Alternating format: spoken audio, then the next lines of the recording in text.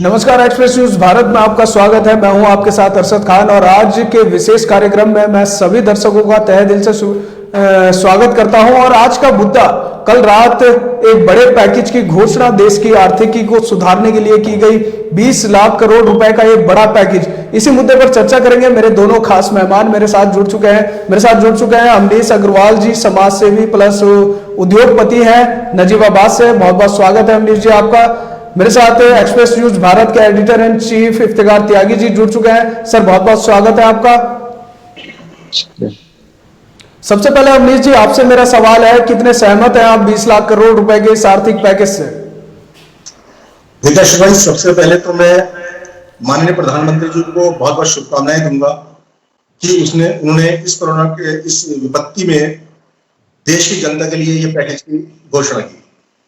लेकिन साथ साथ मैं ये भी उनसे गुजारिश करूंगा कि वो जो उन्होंने ये पैकेज दिया है, ये पैकेज का पैसा उन लोगों पर ही पहुंचना चाहिए जिसकी इसको जरूरत है, जिससे हमारे देश में रोजगार बढ़े, जिससे लोगों को कारोबार मिले। क्योंकि मेरा मानना ऐसा है कि ऊपर से जब ये पैसा चलेगा, नीचे तक पहुंचते पहुंचते कितना रहता है ये गवर्नमेंट। तो फिलहाल माननीय प्रधानमंत्री जी इसके लिए बधाई के पात्र हैं।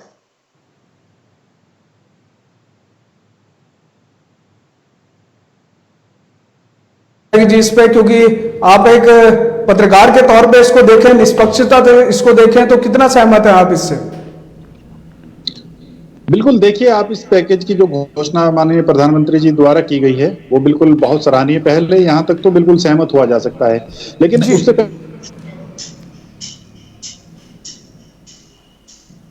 उससे पहले भी कई सारे पैकेजेस की घोषणा हुई है।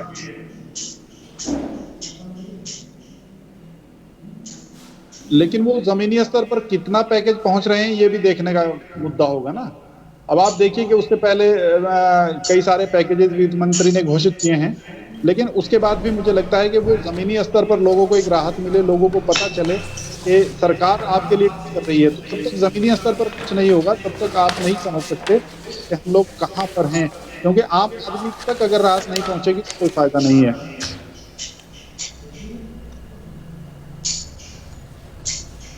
जी जी जी जी जी मैं आपके पास आऊंगा त्यागी जी। शायद आवाज में कुछ नेटवर्क का कुछ समस्या हमारे साथ चल रही है। तो अमरीश जी, आपका क्या कुछ कहना है? कल 3 बातें और कही हैं। जब भी कोई ऐसी कोई बीमारी या ऐसी कोई महामारी दुनिया में आती है तो वो संदेश, संकेत और संकल्प यानी कि अवसर लेकर आती है। क्या कुछ कहना है आपका? देखिए, हमारा जो देश है वो एक बहुत महान देश है और यहाँ पर हर तरह के मजहब के लोग रहते हैं। और ऐसी ही विपत्ति में हम लोग देखते हैं कि सब लोग एक दूसरे का साथ देते हैं, एक दूसरे के साथ खड़े होते हैं। लेकिन फिलहाल हम जो चर्चा कर रहे हैं वो हम कर रहे हैं कि जो पैकेज दिया गया है, इस पैकेज का कैसे यूटिलाइज, इसको पैकेज को कैसे जरूरतमंद लोगों तक पहुंचाया जाए। हम लोग आगे भी चर्चा करेंगे। इसमें सबसे बड़ी जो समस्या है अरशद भाई, वो ये है कि हमारे देश में बहुत सारी चीजें ऐसी हैं जो सरकार तक नहीं पहुंच पाती। उसका कारण ये है कि अक्सर जो सरकार से जो गुफ्तगू होती है वो बड़े इंडस्ट्रियलिस्ट होती है। जो MSME इंडस्ट्रियलिस्ट होते हैं उन लोगों की बात सरकार तक नहीं पहुंच पाती। तो मैं सरकार से ये निवेदन करना चाहूंगा कि वो MSME उद्योगपतियों से भी बात करें तथा उनकी जो परेशानियां हैं, इस लॉकडाउन में जो उनको दिक्कतें परेशानियां आई हैं, ये पैसा उनको भी वितरित करें। क्योंकि जो मुझे लगता है कि हमारे देश में बहुत सारी समस्याएं आती हैं। हम लोग जो, मेरा मानना ये है कि जो 12 महीने होते हैं उद्योग चलाने के लिए, तो ऐसा नहीं है कि उद्योगपति 12 महीने ही लाभ अर्जित करते हैं। उसमें 4 महीने उद्योगपति के लाभ अर्जित करने के होते हैं, 4 महीने उनके लॉसेस के भी होते हैं और 4 महीने उनके एट पार के भी होते हैं। तो कुल मिला के MSME इंडस्ट्री से भी सरकारी अधिकारी को बात करनी चाहिए। जो लोग पिछले कुछ समय से मार्केट की मंदी के कारण भी लॉसेस में थे, उन लोगों को भी इस पैकेज का लाभ देना चाहिए, चाहे वो NPA हो या ना। बिल्कुल त्यागी जी, मेरा कहना यह भी है कि कांग्रेस संतुष्ट नहीं दिखी है, कहीं ना कहीं कांग्रेस का कहना है कि पैकेज और बड़ा होना चाहिए था।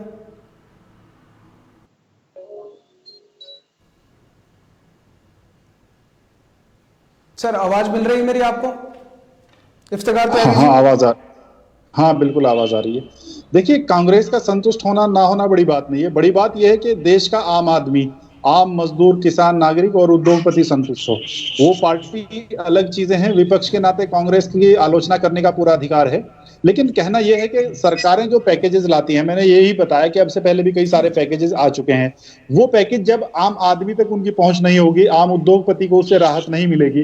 अब आप समझिए, पहले ही हमारा उद्योगपति कमर टूट दौर चल रहा था, उसके बाद एकदम लॉकडाउन हो गया, तो कितनी सारी दिक्कतें उनके साथ हैं। उनके पास बैंक के बहुत सारी देनदारियां होती हैं, उनके पास बहुत सारी देनदारियां हैं, टैक्सेस इतने सारे होते हैं। तो उन सब चीजों पे सरकार को डिटेल वाइज कुछ करना होगा। हालांकि आज शाम में माननीय वित्त मंत्री की पीसी है, अब देखते हैं उसमें डिटेल्स क्या आती हैं। लेकिन कोई भी पैकेज तभी सक्सेसफुल होगा जब वो जमीनी स्तर पर आम आदमी को, आम उद्योगपति को उसका फायदा पहुंचे। ऐसा नहीं होना चाहिए कि गिने चुने लोग जो हैं, जो पहले से सक्षम लोग हैं, उन तक ही फायदा पहुंचे।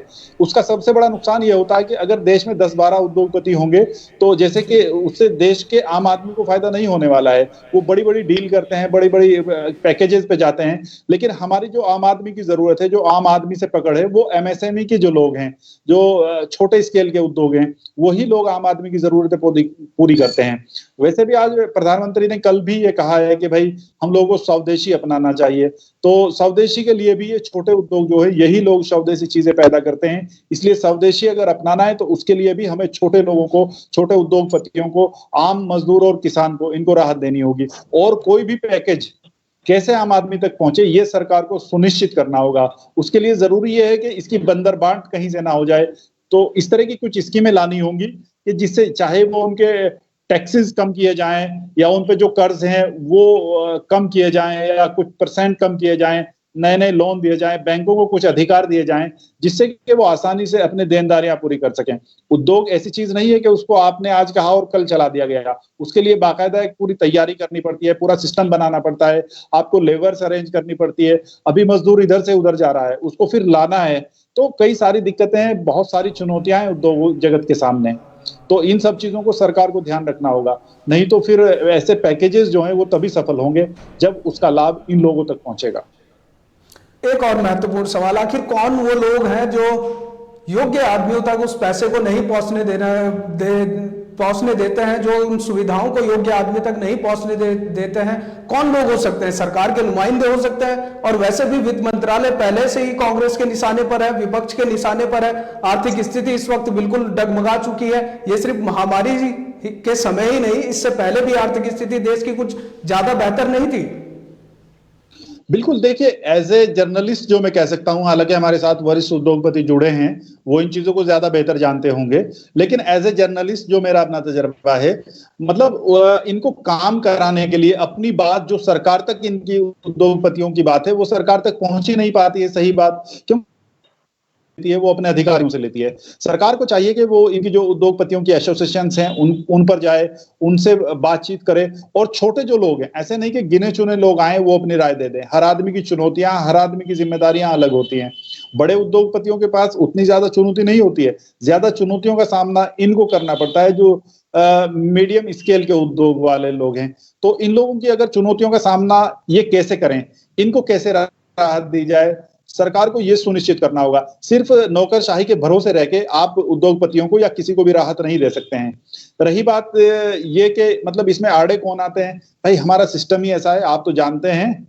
हमारा सिस्टम इस तरह का है कि उसमें करप्शन तो कहीं ना कहीं पर है। हालांकि मैं मानता हूं कि अब करप्शन कुछ कम हुआ है, लेकिन ऐसा नहीं है कि करप्शन जड़ से खत्म हो गया है। इसलिए मुझे लगता है कि सरकार को सीधे उद्योगपतियों से संपर्क करना चाहिए और हर डिस्ट्रिक्ट पे एक कमेटी ऐसी बनानी चाहिए डीएम के अंडर में, कि वो जो लोकल जितने भी इंडस्ट्रियलिस्ट हैं, लोकल जो मजदूर संगठन है, उनसे सीधे राय लें और उनसे पूछें कि आपकी क्या क्या दिक्कतें हैं, और वो दिक्कतें फिर उनकी राय लेके फिर सेंट्रल गवर्नमेंट को भेजी जाएं और उन पर कार्रवाई हो। ये बहुत लेंथी प्रोसेस नहीं होना है, क्योंकि आज के दिन रीढ़ टूट चुकी है। चाहे वो उद्योग रहा हो, किसान रहा हो, मजदूर रहा हो, उनकी रीढ़ टूट चुकी है।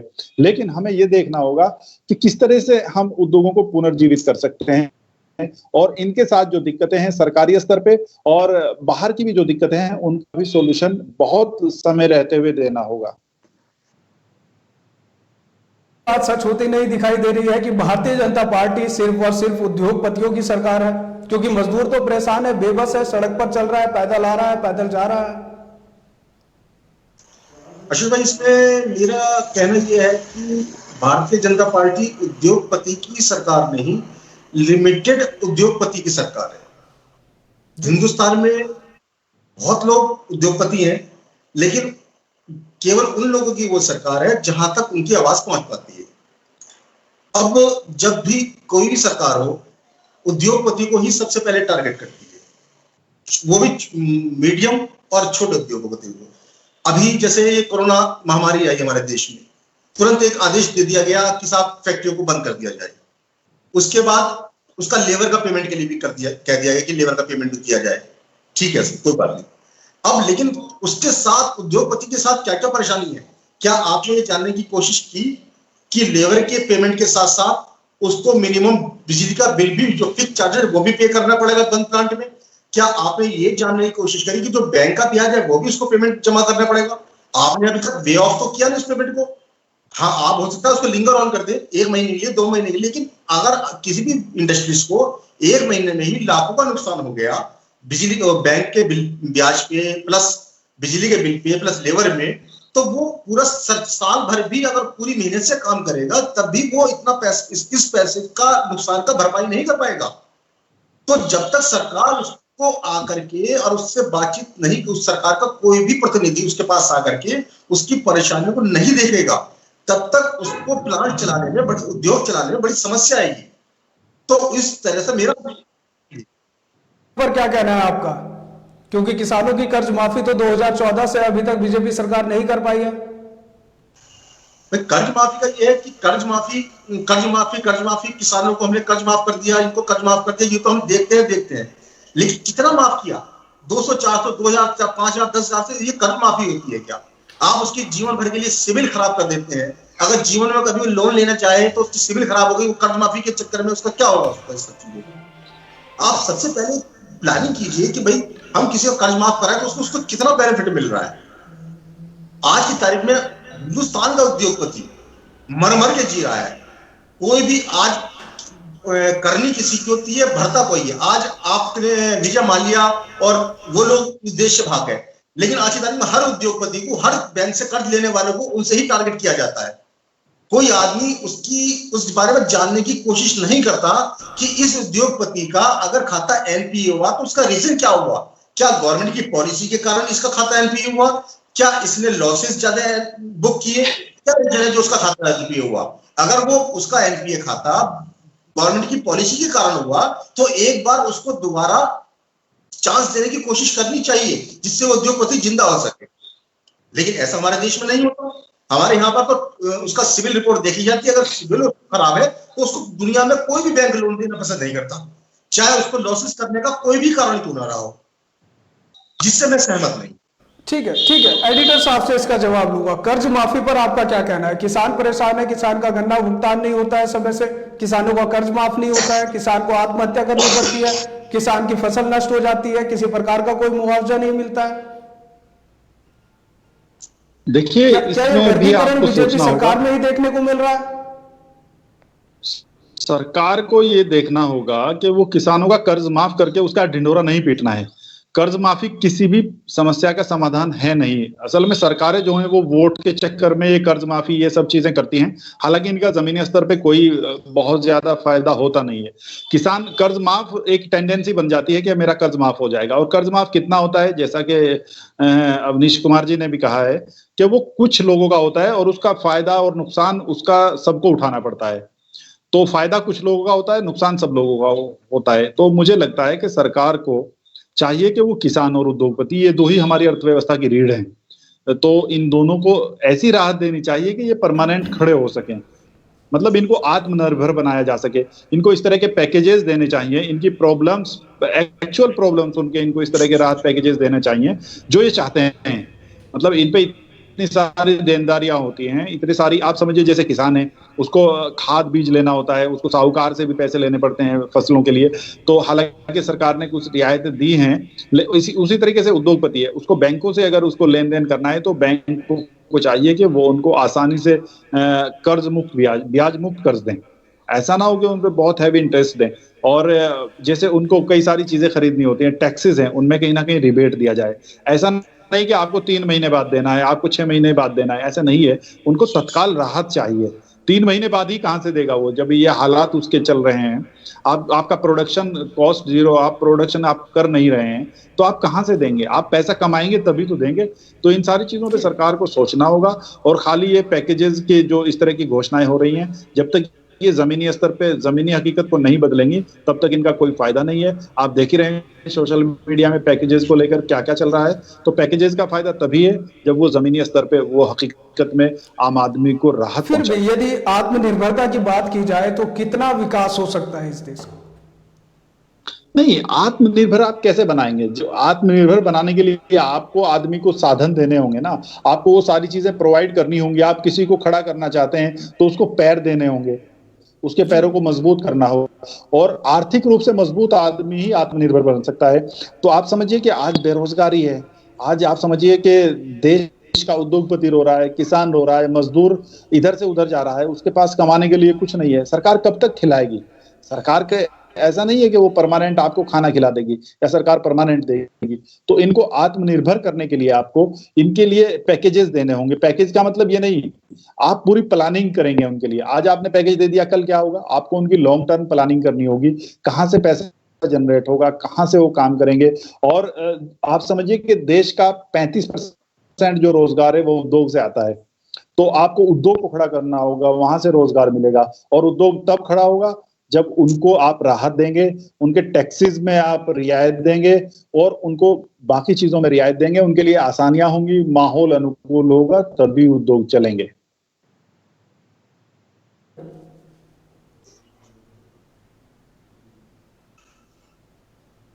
अवनीश जी, आवाज आ रही है आपको? जी जी जी जी जी, क्या कहेंगे आप? सर, मेरा सरकार से यही अनुरोध है कि उद्योगपतियों के लिए, जो लोगों को रोजगार देते हैं, जो देश की अर्थव्यवस्था में अपना बहुत बड़ा योगदान देते हैं, जो MSME यूनिट्स के लोग होते हैं, उनके लिए एक विशेष पैकेज का अनुदान करें।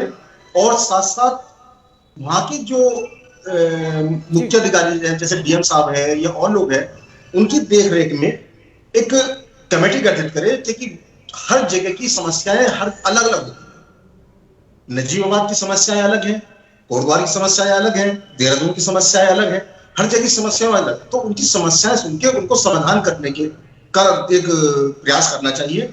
और बैंकों को भी एक डायरेक्शन देना चाहिए कि भाई, अगर कोई भी इंडस्ट्री दोबारा खड़ी हो सकती है और उसको लोगों को रोजगार मिल सकता है, तो उस इंडस्ट्री को दोबारा से खड़ी करने के लिए बैंक उसकी मदद करें और आगे बढ़ के आए। ये मेरा सरकार से अनुरोध। बहुत बहुत शुक्रिया आप सभी मेहमानों का मेरे साथ जुड़ने के लिए। आखिरकार 20 लाख करोड़ रुपए के आर्थिक पैकेज से प्रगति के पथ पर भारत चल पड़ा है। अब देखना होगा ये 20 लाख करोड़ रुपया कितनी मदद करता है, कितना भारत को आत्मनिर्भर बनाता है। मेरे साथ फिलहाल इतना ही। देखते रहिए एक्सप्रेस न्यूज भारत। नमस्कार।